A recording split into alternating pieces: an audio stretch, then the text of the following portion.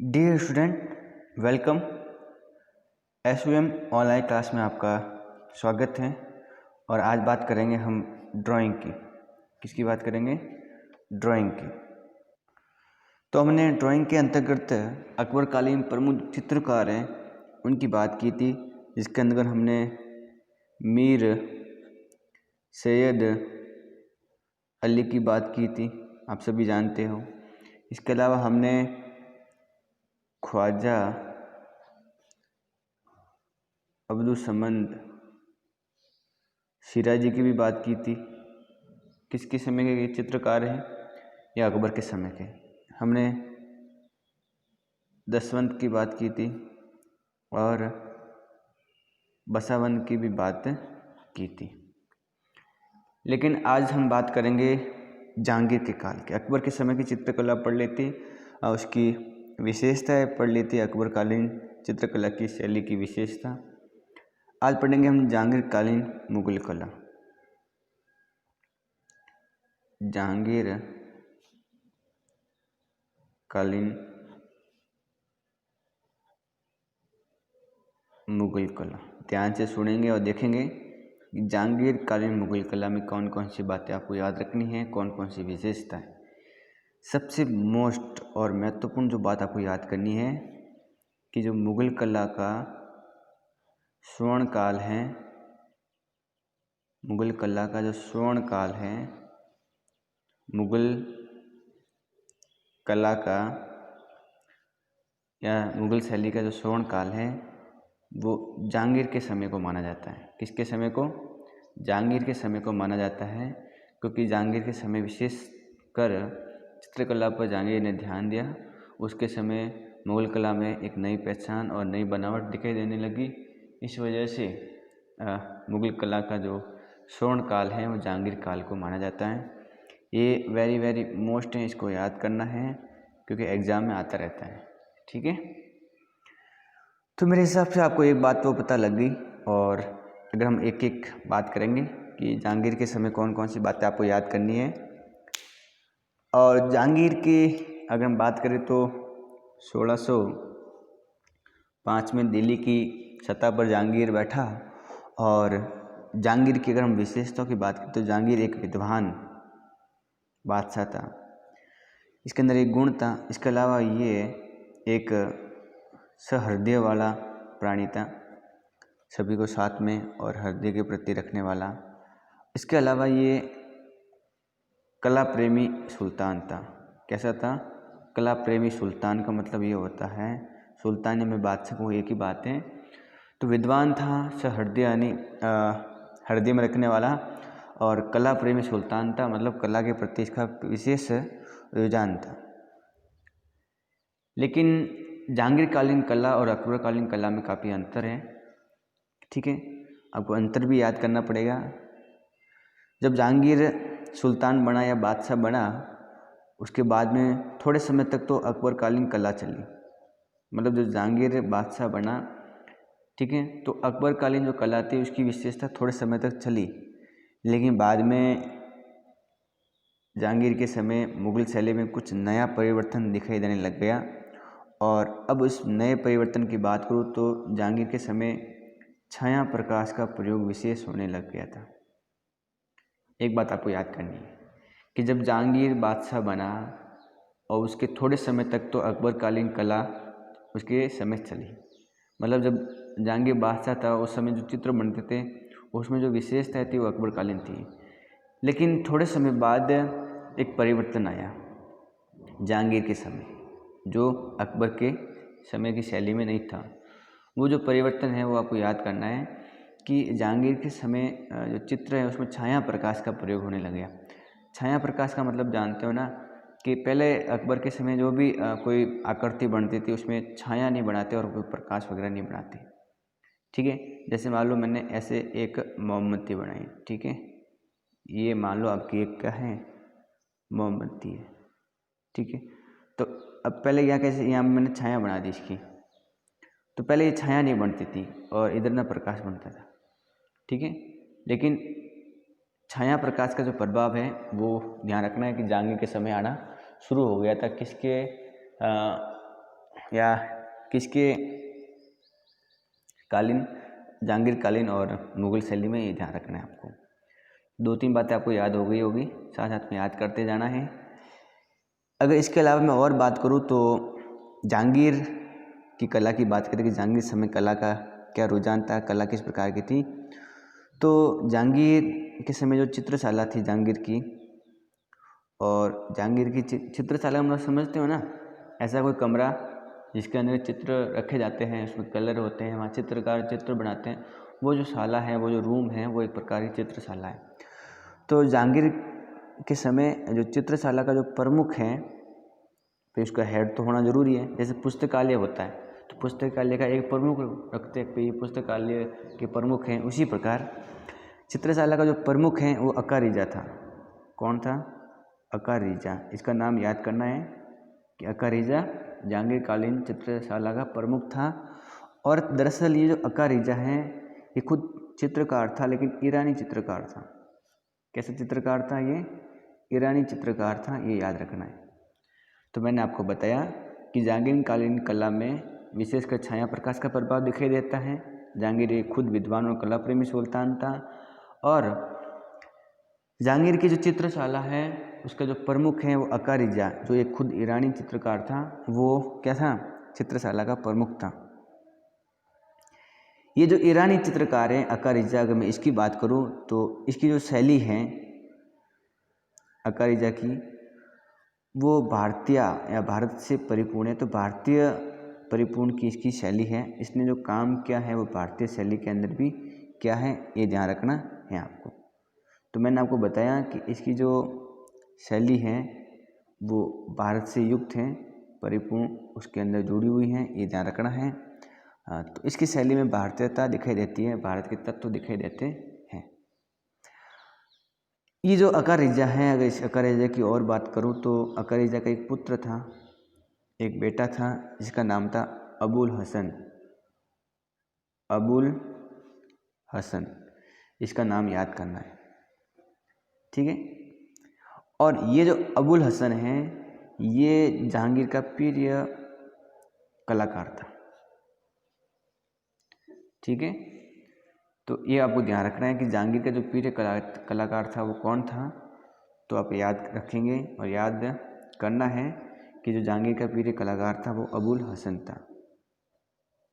बात मैंने आपको कितनी बताई है, सारी बात आपको याद रखनी है। पहली, चित्रशाला का प्रमुख अकारिजा। चित्रशाला का प्रमुख कौन है भाई? अकारिजा है, ठीक है। याद हो जाएगा कि नहीं होगा? बिल्कुल हो जाएगा। तो जो ईरानी चित्रकार था, इसकी शैली में, अकारिजा की शैली में भारतीयता परिपूर्ण की चीज़ें दिखाई देती हैं। अकारिजा का जो पुत्र है वो कौन है? अबुल हसन है, जो जहांगीर का प्रिय कलाकार था। ये बात आपको याद करनी है। मेरे हिसाब से ये बात आपको याद हो गई होगी। अब जो जहांगीर के समय एक चित्रकार था, उसकी 2-3 बातें याद करनी है। जहांगीर के समय एक प्रसिद्ध चित्रकार था और उसका नाम था उस्ताद मंसूर। क्या नाम था? उस्ताद मंसूर। इसका नाम इसलिए याद करना है कि ये जो चित्रकार था इसने पशु पक्षियों के खूब सारे चित्र बनाए। किसके बनाए? पशु और पक्षियों के चित्र बनाए। तो एक क्वेश्चन आपका एग्जाम से यहाँ बन सकता है कि जहांगीर कालीन उस चित्रकार का नाम लिखो जो पशु पक्षियों के विशेष चित्र बनाता था। तो उस्ताद मंसूर, या उस्ताद मंसूर किस प्रकार के चित्रों में प्रसिद्ध था या किस प्रकार के चित्रों में माहिर था? तो पशु पक्षियों के चित्र। इसने खूब सारे चित्र भी बनाए। अगर मैं उस चित्र की बात करूँ कि उस्ताद मंसूर ने कौन कौन से चित्र बनाए, तो आपको 2 चित्रों के नाम याद करने हैं। एक तो है टर्की कॉक,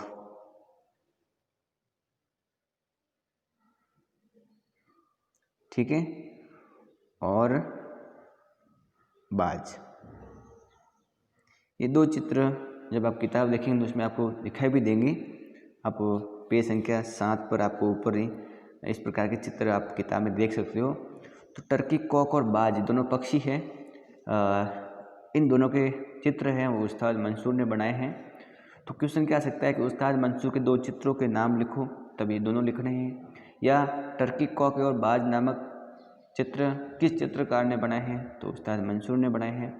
उस्ताद मंसूर किस कालीन कलाकार था? तो जहांगीर कालीन कलाकार था। उस्ताद मंसूर किस में प्रसिद्ध था? पशु पक्षियों के चित्रण में प्रसिद्ध था, विश्व भर प्रसिद्ध था। इतनी बात आपको याद करनी है। इसमें मेरे हिसाब से कोई समस्या नहीं होगी, ये बात आपको समझ में आ गई होगी। चलिए आगे बढ़ते हैं। अगर हम जहांगीरकालीन चित्रकला पढ़ रहे हैं तो हमें यह भी पता होना चाहिए कि जहांगीर के समय जो चित्रण कार्य हुआ है वो मनोभाव और मन को भाने वाले चित्र बने। जहांगीर के समय क्या हुआ कि जो चित्र बने वो ऐसे सुंदर सुंदर बने कि मन को भाने वाले हैं। एक बात तो ये याद करनी है। इसके अलावा जो जहांगीर के समय जो चित्र बने हैं, अगर मैं उनकी बात करूं तो जहांगीर के समय चित्रों में प्रभा मंडल दिखाई देता है। क्या दिखाई देता है? प्रभा मंडल। अगर आपको आपने 11th को ढंग से पढ़ी है तो प्रभा मंडल का मैंने अर्थ भी बताया था। प्रभा मंडल क्या होता है? किसी भी चेहरे के पीछे जो गोल गोल पुंज प्रकाश होता है वो प्रभा मंडल होता है। जैसे भगवान के बीच में, जैसे मान लो यहाँ भगवान का चेहरा है बीच में, ठीक है, ऐसे भगवान का चेहरा है, पीछे जो प्रकाश से निकल रहा है ना पीछे गोल गोल, प्रभा मंडल इसको बोलते हैं। पीछे से कोई पुंज आ रहा है तो पीछे जो प्रकाश बनता है वो प्रभा मंडल के रूप में होता है, ठीक है। तो प्रभा मंडल भी दिखाई देता है किसके समय? जहांगीर के समय। जहांगीर के समय जो मुग़ल शैली थी या मुग़ल कला थी उसमें प्रभा मंडल का भी विशेष ध्यान दिया गया है और चित्रकारों ने जहांगीर के पीछे प्रभा मंडल बनाया है। जहांगीर के पीछे क्या बनाए? प्रभा मंडल बनाए हैं। ये आपको ध्यान रखना है। इसके अलावा आप याद करेंगे कि जहांगीर एक ऐसा सुल्तान या बादशाह था कि अपने समय के जो कलाकार हैं उनको कला सिखाने के लिए और विशेषकर ईरान शैली या दूसरी शैली में प्रशिक्षण देने के लिए वो अपने कलाकारों को बाहर भेजता था। मतलब क्या हुआ कि जैसे दिल्ली के अंदर बादशाह जहांगीर बैठे हैं, उनको लगा कि भाई हमको ईरानी शैली के बारे में देखना है, उसकी चित्र शैली हमको देखनी है, तो वो अपने कलाकारों को ईरान भेज देता या बाहर भेज देता प्रशिक्षण के लिए, ट्रेनिंग के लिए। और उसने ऐसा किया भी। एक चित्रकार को उसने बाहर भेजा, उस चित्रकार का नाम बिशन दास है। मतलब जहांगीर ने इस बिशन दास को बाहर भेजा ईरान में और ईरानी शैली सीखने के लिए, प्रशिक्षण के लिए, ताकि वो ईरानी शैली में चित्र बनाए। और उसने ईरान के अंदर इस वहाँ पर कई कार्य किया। ईरान के अंदर जो शाह है, मैंने आपकी बात की थी कि जब हुमायूं ने इसकी मदद से वहाँ के जो सुल्तान या हैं ईरान के, उनकी मदद से भारत पर वापस अपनी सत्ता स्थापित की थी, हासिल की थी। तो बिशन दास है वो ईरान में रहा, वहाँ पर ट्रेनिंग की और उसने एक चित्र बनाया। किसने? बिशन दास ने। उस चित्र का नाम याद करना है आपको। उसने ईरान में रहते हुए एक बहुत प्रसिद्ध चित्र बनाया और उसका नाम है शेख फूल सूफी संत। शेख फूल सूफी संत। शेख फूल सूफी संत का एक चित्र बनाया हुआ है ईरान के अंदर, और ये कोई छोटा मोटा नहीं, विश्व प्रसिद्ध चित्र था। किसके द्वारा बनाया हुआ था? बिशन दास द्वारा। तो वेरी मोस्ट जो बात आपको याद रखनी है, जो मैंने आपको बताई है कि बिशन दास जो ईरान में गया प्रशिक्षण लेने के लिए, वहाँ पर काम किया और एक चित्र बनाया शेख फूल सूफी संत का। किसके समय बनाया? जहांगीर के समय। मेरे हिसाब से बात आपको अच्छी तरह से याद हो गई होगी। तो हमने दो चित्रकारों का नाम पढ़ा है। एक तो पढ़ा है उस्ताद मंसूर के बारे में, एक तो इसके बारे में जानकारी ली है कि ये पशु पक्षी चित्र बनाता, टर्की कॉक और बाजी चित्र इसने बनाए। प्रभा मंडल बनाए हैं, जहांगीर के पीछे प्रभा मंडल का प्रयोग हुआ है। बिशन दास ने ईरान में ट्रेनिंग लेकर एक चित्र बनाया शेख फूल सूफी संत का। तो ये भी आपको याद करना है। तो मेरे हिसाब से ये बात आपको याद हो गई होगी कि जहांगीर के समय कौन कौन सी कला है, कौन कौन सी विशेषता है, आपको याद करनी है, ठीक है। जब जहांगीर की शादी नूरजहाँ से हुई तो जहांगीर का कला के प्रति और भी मन हुआ, कला के प्रति उसका रुझान बढ़ा, ठीक है। उसके अलावा अगर हम जहांगीर के समय के जो चित्रकार है वो उनकी बात करें कि जहांगीर के समय चित्रकार कौन कौन थे, प्रसिद्ध चित्रकार, वो नाम याद करने हैं। जैसे हमने अकबरकालीन चित्रकारों के नाम पढ़े, आपको याद होने चाहिए कि हुमायूं के समय चित्रकार कौन थे, बाबर के समय कौन थे, अकबर के समय कौन थे। अब मुझे बताओ कि बाबर के समय चित्रकार कौन थे, तो तुरंत आपके दिमाग में क्वेश्चन आ जाना चाहिए कि बाबर के समय चित्रकार कौन थे, तो शाह मुजफ्फर और बेहजाज मैंने बताए थे।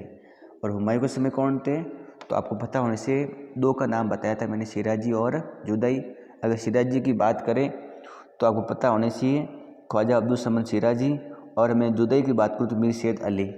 इसके अलावा और भी ये तो दो थे हुमायूं समय। अगर मैं अकबरकालीन चित्रकारों के नाम पूछूँ तो आपके दिमाग में आना चाहिए कि अकबर के समय कौन कौन चित्रकार थे।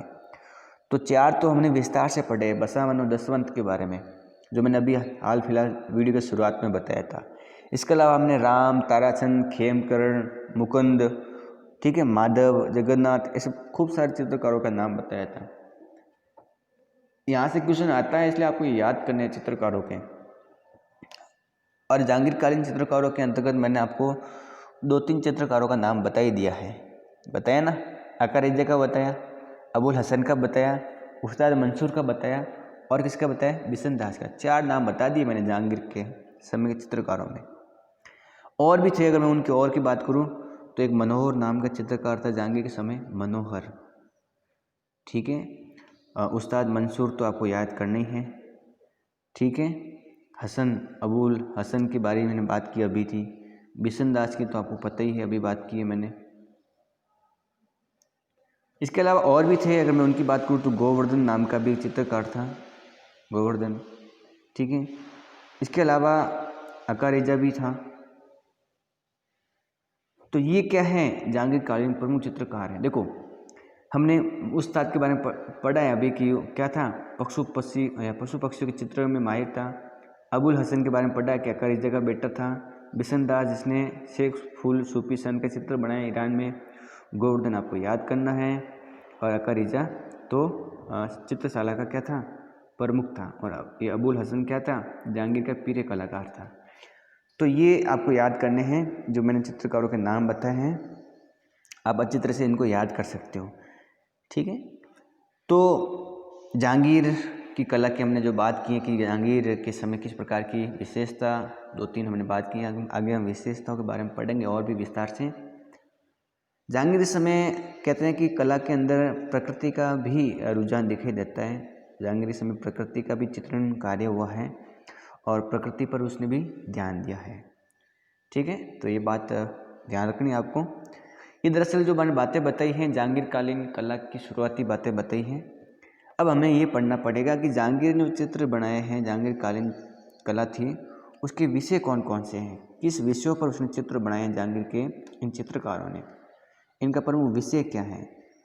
विषय का मतलब जानते हो कि भी इस टॉपिक पर बनाए, उसने प्रकृति के बनाए, ग्रामीण बनाए, या व्यक्ति के चित्र बनाए, किस टाइप के बनाए हैं, ठीक है। तो विषय पढ़ना जरूरी है। तो सबसे बात जो मैंने अभी बताई थी आपको कि जहांगीर के समय प्रकृति और मानवीय भावों का समावेश दिखाई देता है। मानवीय भावों का समावेश मतलब ये हुआ कि जहांगीर के समय ऐसे चित्र बने जिसमें प्रकृति भी है और मानव के भाव भी इसमें दिखाए गए हैं। इस प्रकार के चित्र भी सुंदर और व्यवस्थित रूप से बने हैं। एक बात तो ये याद करनी है। तो इसके भी चित्र बने तो विषय के रूप में प्रकृति और मानवीय भावों का समावेश दिखाई देता है। तो एक बात ये याद करेंगे। इसके अलावा आप ये भी याद करेंगे, इसके अलावा कि जहांगीर के समय जो ऐतिहासिक ग्रंथों पर जो चित्र नहीं बनते थे, ये भी ध्यान रखना है। जो अकबर के समय बनते थे तो ऐतिहासिक चित्रों का महत्व कम हो गया था, ये ध्यान रखना है आपको। चित्रों का महत्व कम हो गया था। मैं ये कह रहा हूँ कि ऐतिहासिक जो ग्रंथ थे, जिस पर आपने अकबर के समय पढ़ा होगा कि बहुत सारे ऐतिहासिक ग्रंथों पर चित्र बनाए गए।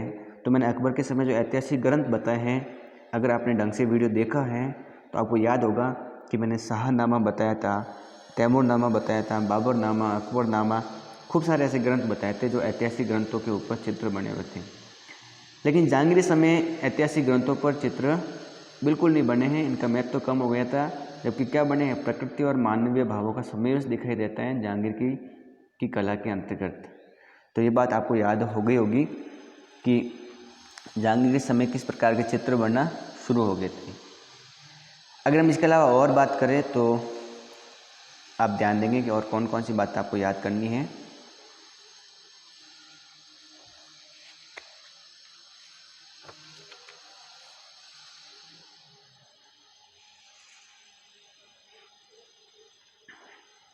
तो 2 तो मैंने बता दी।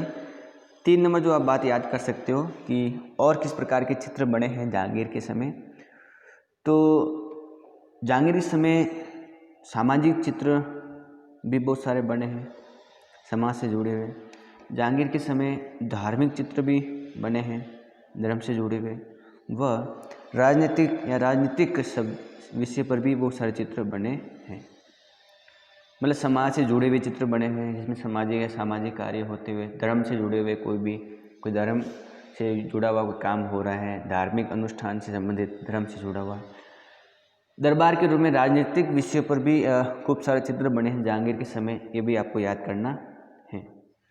इसके अलावा अगर मैं आपको और बात कहूँ तो जहांगीर के समय जो दरबारी चित्र हैं वो भी बने हैं। किस प्रकार के चित्र? दरबारी चित्र। दरबारी चित्र का मतलब समझते हो ना कि भी दरबार का जो दृश्य होता है जिसमें राजा या बादशाह या सुल्तान हैं और बाकी मंत्री वगैरह हैं, कैसे दरबार होता है आपने देखा भी होगा। तो ये भी बने हैं, दरबारी चित्रों भी बने हैं, ये भी उनका विषय था। इसके अलावा अगर हम और बात करें तो मनोरंजन से जुड़े हुए भी चित्र बने हैं। मैं मनोरंजन लिख देता हूँ। इसके अलावा आखेट मतलब शिकार के दृश्य भी बने हैं। उस समय रथ यात्रा के दृश्य भी बने हैं। रनिवास के दृश्य बने। रनिवास यानी रहने का जो स्थान है, महल है राजकुमारों का या रानियों का जो निवास स्थान है, ठीक है वो। और बड़े बड़े पर्व या उत्सव हैं उनकी भी चित्रण कार्य इस समय हुआ है जहांगीर के समय, ठीक है। तो हमने कौन कौन से विषयों की बात की आपको पता होनी चाहिए जहांगीर के समय। तो आज के इस वीडियो में इतना ही, बाकी हम कल पढ़ेंगे। और वीडियो में बने रहने के लिए आपका बहुत बहुत धन्यवाद है। घर पर रहिए, सुरक्षित रहिए और इस वीडियो को 3 बार या 4 बार जब तक देखिए जब तक आपको सारी बातें मुँह ज़बान कंठस्थ नहीं हो जाए, क्योंकि छोटे छोटे क्वेश्चन बनते हैं ड्राइंग के अंदर, आप अच्छी तरह से याद भी कर सकते हो। अब आपके पास तो वीडियो है, कभी भी देख सकते हो, जब भी आपको लगा कि भी हमको याद करना है, तो जब भी याद करने की आपकी इच्छा हो तो इसको वीडियो को देखो ताकि दिमाग में पूरी बात फिट हो जाए और आपके बढ़िया अंक आ जाए। तो बहुत बहुत धन्यवाद, आज के लिए इतना ही।